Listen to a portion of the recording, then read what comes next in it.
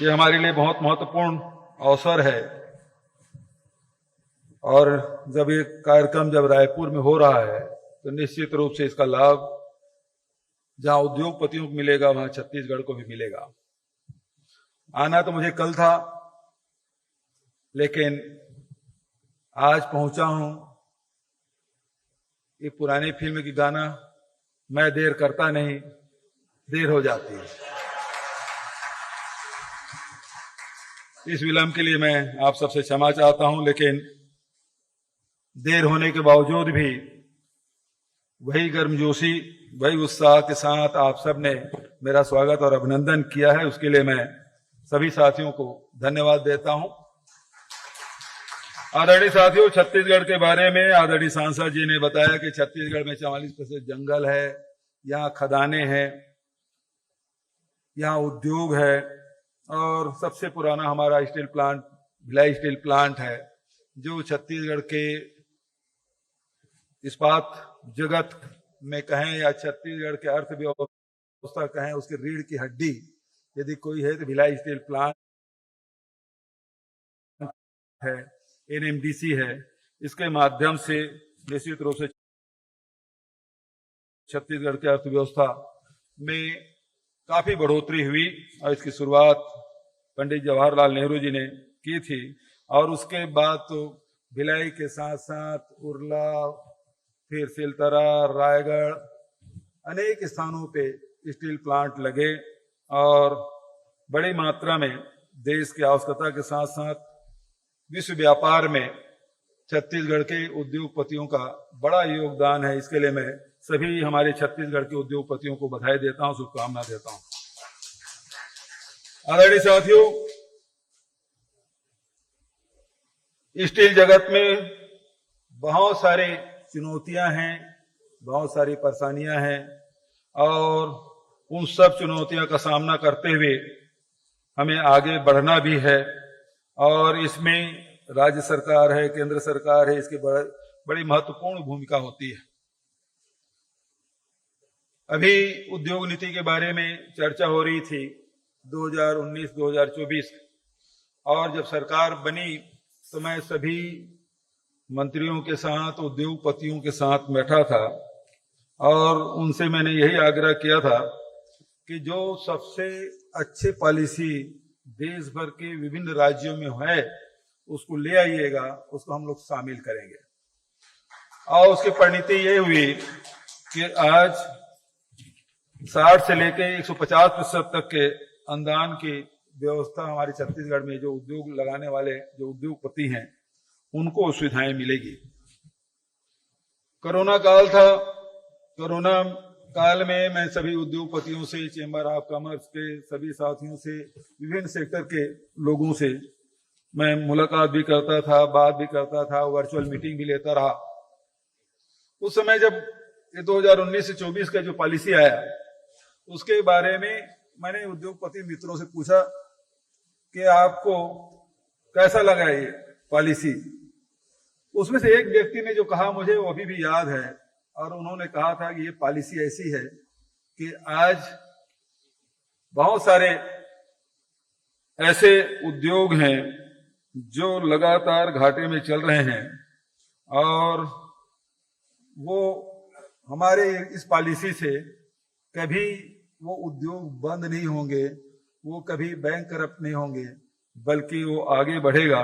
इस प्रकार के शब्दों का प्रयोग उन्होंने कही थी और मुझे अभी भी याद है। कोरोना काल की जब बात आई और आदरणीय सांसद जी ने जो बात कही है बिल्कुल सही बात है कि उस समय बड़ी विपरीत परिस्थिति थी और विपरीत परिस्थिति के साथ साथ हम सबको उसमें हमारे लिए नई चुनौतियां थी, उसमें जो आवश्यकताएं थी उसकी पूर्ति भी करना था, उसमें ढलना भी था, उसमें एडजस्ट करना था। ऐसे समय में जब दूसरी लहर जब आई और उस समय पहले में तो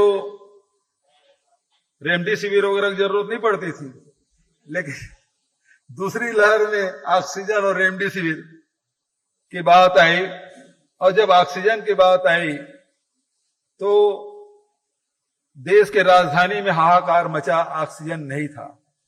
विभिन्न राज्यों में ऑक्सीजन की बड़ी कमी थी।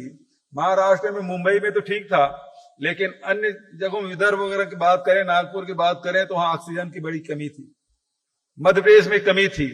ऐसे समय में छत्तीसगढ़ एकमात्र राज्य है और यही हमारे उद्योगपति मित्र हैं जिसको मैंने लाइसेंस दिया कि ये स्टील के लिए ऑक्सीजन के जो आपने प्लांट डाला है उसे ह्यूमन कंजम्पशन के लिए भी इस ऑक्सीजन के लिए लाइसेंस, जैसे पता चला रायपुर के डॉक्टरों ने कहा ऑक्सीजन की कमी पड़ रही है, तो 6 उद्योगपति को बुला के तुरंत लाइसेंस मैंने दी उनको।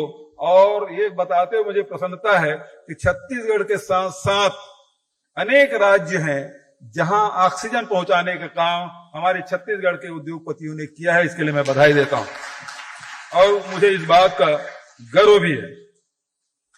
आदरणीय साथियों, उस समय भारत सरकार ने निर्णय लिया था जितना ऑक्सीजन है वो केवल ह्यूमन कंजम्पशन के लिए होगा, केवल हॉस्पिटल के लिए होगा। उस समय स्थिति बनी कि उद्योग चलाना मुश्किल है। यदि स्टील इंडस्ट्री में ऑक्सीजन न हो तो इंडस्ट्री बैठ जाएगी। ऐसे समय में जब पूरे देश भर में ऑक्सीजन के लिए दबाव था, लेकिन मैंने अपने उद्योगपतियों के हितों को भी ध्यान रखते हुए, यहाँ के कर्मचारियों के हितों को ध्यान में रखते हुए, मैंने प्रधानमंत्री से सीधे वर्चुअल मीटिंग में कहा कि कम से कम 20% ऑक्सीजन हमारे उद्योगपतियों को दीजिए ताकि स्टील प्लांट चलता रहे। बहुत सारे लोग आलोचना भी किए कि जब आदमी के लिए जरूरत पूरा नहीं हो रहा है, आप स्टील प्लांट की बात कर रहे हैं। वो स्टील प्लांट है तभी ऑक्सीजन मिल रहा है आपको। यदि स्टील प्लांट छत्तीसगढ़ में नहीं होता तो ऑक्सीजन हम कहां दे पाते। अन्य राज्यों की स्थिति क्या थी? हम उत्तर प्रदेश भी भेजे, राजस्थान भेजे, पंजाब भेजे, दिल्ली भेजे और विदर्भ वगैरह मध्य प्रदेश में पूरा ऑक्सीजन हम ही नहीं भेजा। वहां कहां स्टील प्लांट, ये ऑक्सीजन पहुंचाने का काम। और उस समय भी जब सारे मजदूर पलायन कर रहे थे तो हमने सारे जितने भी डीएम है उसे बात करके रखे कि किसी उद्योग को बंद नहीं होने देना है, किसी कर्मचारी, किसी मजदूर को पलायन नहीं होने देना है, बल्कि उद्योगपतियों से बात करें वहीं रुकने की व्यवस्था हो और खाने पीने की व्यवस्था हो। और पूरे क्षमता के साथ जब लॉकडाउन समाप्त हुआ तो सबसे पहले पूरी क्षमता के साथ उत्पादन कहीं शुरू हुआ तो छत्तीसगढ़ में। और उस समय हमारे छत्तीसगढ़ के स्टील उद्योगपति खूब पैसा भी कमाए, क्योंकि अकेला राज्य था जहां स्टील उत्पादन हो रहा था। जो पंकज गलत तो नहीं, ठीक है? तो सरकारें इस प्रकार से मदद भी करती है। सरकार के पॉलिसी के कारण से फर्क भी पड़ता है।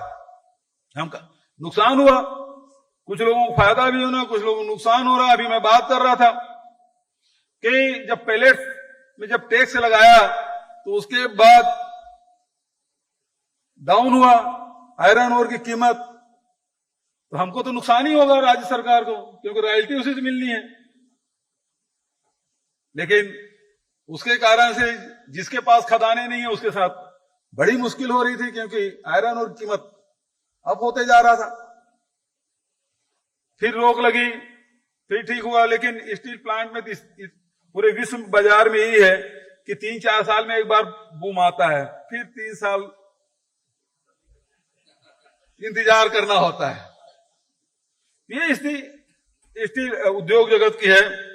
और मुख्य रूप से जो बातें हैं मैं आपसे कहना चाहूंगा, जब उद्योग नीति की बात कर रहा था तो हमारे यहां स्टील भी है, तो हमारे यहां सीमेंट भी है, हमारे यहां बॉक्साइट है, एल्युमिनियम के प्लांट है। ये 2014 और 2019 और उसके पहले 5 साल इसको संतृप्त श्रेणी में रख दिया गया था। हमने उसे हटाया 2019 से 2024 में और इस सेक्टर को उससे बाहर किया और पूरे देश को ABCD 4 श्रेणियों में बांटा, जहां उद्योग नहीं लगे हैं, जहां कुछ है, जहां कुछ ठीक ठाक है, और कहीं हमारे दुर्ग, रायपुर, रायगढ़ जैसे वो बहुत ज्यादा उद्योग हो गए, इसको A श्रेणी में रखा। और उसी कारण से जो हमने जो प्रावधान किया सब्सिडी का, उसमें 60 से 150%। और यही कारण है कि 100 से अधिक MU इस सेक्टर में हुआ है। 25 ऐसे जिसमें अभी कार्य आगे बढ़े हैं, लेकिन मुख्य रूप से जो बातें आती है, एक तो बिजली की, दूसरे कोयले की। बिजली में तो हमने कुछ छूट दी, हमको घाटा लगा, फिर भी हमने आपको दिया। क्यों? सरकार को कभी कभी ये फैसले लेने पड़ते हैं कि सरकार को भले घाटा हो, लेकिन उद्योग के पहिए चलते रहना चाहिए, क्योंकि उससे राजस्व भी मिलता है और उससे लोगों को रोजगार भी मिलता है। हमने वो तो कर लिया, लेकिन इस प्रदेश में जहां लौह अयस्क की खदानें हैं, वहां कोयले की भी खदानें हैं। ACCL हमारे यहां सबसे बड़ा खदान मालिक है भारत सरकार के, और वहां से पूरा कोयला देश भर में जाता है। और उस समय भी कोरोना काल में, जब कोरबा के मुहाने में, कटघोरा जैसे शहर में कोरोना पूरा फैल चुका था, रेड जोन में था, उसके बावजूद किसी खदान को हमने बंद नहीं होने दिया। क्यों? कोयला से एनर्जी मिलना है, और यदि बिजली नहीं मिले कोयला से तो देश में स्थिति खराब होगी। और इस कारण से पूरी तरह हम लोग ध्यान में रखे, कटघोरा को बिल्कुल घेर के रखे, लेकिन कोयला उत्पादन में फर्क नहीं आने दिया। और उस समय बड़ी जब डिमांड आई, तो जो डिपॉजिट था, जो रिजर्व डिपॉजिट है, उसको भी ले जाने के लिए हम लोगों ने व्यवस्था तो ACCL का रेलवे करना है, हम लोगों ने मदद की। लेकिन अभी क्या हो रहा है, पूरे देश के लिए कोयला तो जा रहा है छत्तीसगढ़ से, यहां तक कि हमारी ट्रेनें भी बंद हो गई, 23-24 ट्रेनें बंद हुई, यात्री ट्रेनें बंद हुई, फिर भी देश को कोयला हम लोग पूर्ति करते रहे। लेकिन दुख तब होता है जब छत्तीसगढ़ के उद्योगपतियों को ACCL से कोल लिंकेज नहीं मिल रहा है। अब सांसद जी से बस केवल यहीं पे मैं कहना चाहता हूं, मेरा काम नहीं है, मैं उद्योगपतियों की तरफ से सांसद जी से करपत्र प्रार्थना करता हूं कि कम से कम हमारे जो उद्योगपति हैं, कोल लिंकेज तो दे दें। अब इस भैया मैं चाहूंगा फोटो खींचो, जो उद्योगपति ताली नहीं बजा रहे हैं, इस बात का समर्थन नहीं कर रहे हैं, उसको तो कम से कम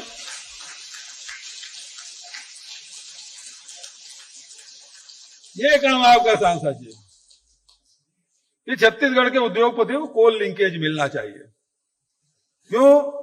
कि बाहर से जो कोल आ रहा है वो 15,000 रुपए प्रति टन है, और छत्तीसगढ़ में जो कोयला मिलने वाला है वो शायद 4 से 6,000, कितना है? 6,000। तो 9,000 का जो गैप है, उससे हमारे उद्योगपति पीटे जा रहे हैं। और दूसरी तरफ राज्य सरकार को भी नुकसान हो रहा है। जब ये कोयले की पॉलिसी बनी, तब क्या था कि हर 3 साल में आपको रॉयल्टी को रिवाइज करना था, लेकिन 2014 के बाद से कोई रिवाइज नहीं हुआ है। तो नुकसान तो हमारे राज्य सरकार को, और रॉयल्टी हमारा है, वो मिल नहीं रहा है। तो दोनों काम, राज्य सरकार का काम आप ना करें कोई बात नहीं, लेकिन कम से कम से उद्योगपतियों का काम तो आप करवा दें। मैंने प्रधानमंत्री भी पत्र लिखा है, कोल मिनिस्टर से जब मीटिंग हुई थी तब भी मैंने ये बात कही थी। पहली बार कोल मिनिस्टर यहां आए थे, राज्य के दौरे में पहली बार कोल मिनिस्टर यहां आए थे, और मैंने कहा पूरा हमारा सहयोग मिलेगा छत्तीसगढ़ से। लेकिन मैंने कहा कम से कम रॉयल्टी तो बढ़ा दीजिए, 15,000 और 6,000 में बड़ा अंतर है, थोड़ा बहुत हिस्सा हमारा मिल जाए जब हम धूल धक्कड़ खा रहे हैं। दूसरी बात एक और मैं कहना चाहूंगा, विदेश के भी हमारे अतिथि आए हैं। विदेशों में यह होता है कि जितने भी खदानें हैं, चाहे कोयला को, चाहे लोहा को, चाहे बॉक्साइट को, यदि वहां पर कोई खदान संचालित है, आज सबसे ज्यादा सड़कें खराब है तो ये खदान के आसपास के एरिया का है। चाहे कोरबा की बात कर ले, चाहे और कहीं की बात करें, रायगढ़ की बात है, सबसे ज्यादा खराब सड़कें यही है। इस मामले में मैंने पत्र लिखा भारत सरकार को, कम से कम इस ऐसे, क्योंकि वहां ट्रक, कोई 6 चक्का वाला ट्रक तो चलना नहीं है, हैवी लोडेड गाड़ियां चलनी है। तो कम से कम जब आप कोई प्रोजेक्ट शुरू करते हैं, उस प्रोजेक्ट में ही सड़क को जोड़ देना चाहिए, ताकि आज ट्रांसपोर्टेशन क्यों महंगा हो रहा है, क्योंकि सड़कें बहुत खराब है, और उसके कारण से ट्रांसपोर्टेशन की कीमत बढ़ जाती है, क्योंकि गाड़ी में टूट फूट होती है, स्पीड कम हो जाता है, और इस कारण से वो रेट बढ़ जाता है। तो जैसे विदेशों में इस प्रकार से व्यवस्था है कि जो टोटल जो प्रोजेक्ट है उसमें यदि इसको जोड़ दिया जाए और अभी किसी उद्योगपति का आप बोल दो सड़क बना दो 200-400 करोड़ का, तो नहीं बनाएंगे। राज्य सरकार के लिए बड़ा बहुत कठिन हो जाता है ऐसी सड़क बनाने के लिए। तो भारत सरकार से कम ये कभी लोकसभा में बोलने का अवसर मिले, या कभी आप ये उद्योग मंत्री या इस्पात खदान मंत्री से मुलाकात हो, तो जरूर इस बात को मैंने पत्र लिखा है कि इसको प्रोजेक्ट में ले लिया जाए, ताकि उसी प्रोजेक्ट के माध्यम से उसके निर्माण भी हो और रिपेयरिंग करने का काम। तीसरा महत्वपूर्ण बात यह है कि आज उद्योग लगते जा रहे हैं, बिजली की खपत चाहे घर में हो चाहे व्यापार में हो, उद्योग में लगातार बढ़ते जा रहे हैं। लेकिन जो पॉलिसी बनी है माइनिंग की, और उसके कारण से जो नीलामी होनी चाहिए, छत्तीसगढ़ में देखिए जितने भी कोयला खदान है उसमें से 52 खदान तो केवल भारत सरकार के एसीसीएल के पास है। 2 खदान और 2-3 खदान, एक राजस्थान गवर्नमेंट का चल रहा है और दूसरा छत्तीसगढ़ का। प्राइवेट सेक्टर में केवल सारडा एनर्जी का चल रहा है और एक इसका जिंदल का। पहले कितने थे, अब केवल 2 रह गए। यदि 2 रह गए, उसका कारण क्या है? जो निजी खदानों में जो नीलामी हो रही है, जो MMDR एक्ट जो बना है उसमें 10A2B एवं धारा 10A2C, इसमें जो बहुत सारे परेशानियां हो रही है, जिसके कारण से मुकदमेबाजी हो रही है और सारा मामला कोर्ट में चला गया है। इसके कारण से बड़ा नुकसान हो रहा है। इसमें कुछ विचार कर सके सांसद जी, ये वही क्या है, भारत सरकार ही इसको कर सकती है, इसमें कुछ मदद करें। तो मैं समझता हूं कि चाहे लोहा उत्पादन हो, चाहे वो बॉक्साइट का हो, चाहे कोल उत्पादन हो, इसमें वृद्धि होगी और देश के सामने जो कोयले के संकट है उसमें निश्चित रूप से कुछ आसानी होगी, पूरे देश को भी, प्रदेश को भी और उद्योग जगत को भी। मैं पुनः सभी उद्योगपति जो बाहर से आए हैं उनका मैं स्वागत करते हुए आयोजक साथियों को बहुत बहुत धन्यवाद देते हुए कि मुझे बहुत कृपा पूर्वक आपने आमंत्रित किया और पूरे देश भर और विदेश से आए मेहमानों के दर्शन करने का, उनके सामने बात रखने का अवसर आपने प्रदान किया। इसके लिए बहुत बहुत धन्यवाद। जय हिंद, जय छत्तीसगढ़।